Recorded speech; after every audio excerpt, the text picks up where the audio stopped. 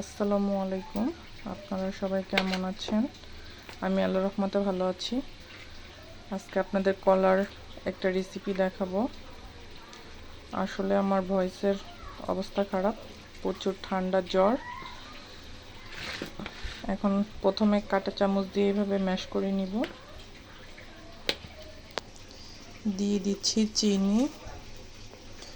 আপনারা চিনিটা নিজেদের মতো ব্যবহার করতে পারেন। দিয়ে দিচ্ছি একটা ডিম, দিয়ে দিচ্ছি একটু লবণ,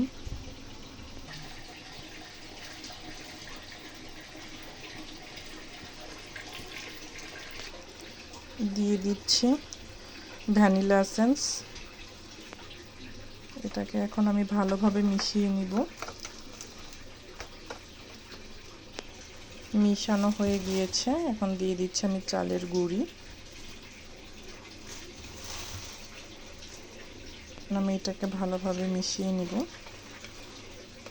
আমি যেভাবে তৈরি করতেছি আপনারা এটাকে বড়াও বানাইতে পারেন, আবার কেকও হবে, আবার প্যানকেকও হবে। এখন আমি এইভাবে দিয়ে দিব।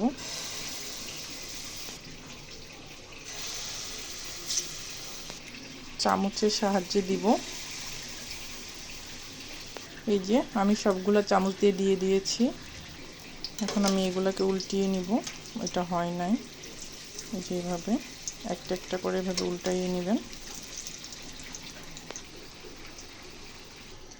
এই যে আমার বানানো হয়ে গিয়েছে।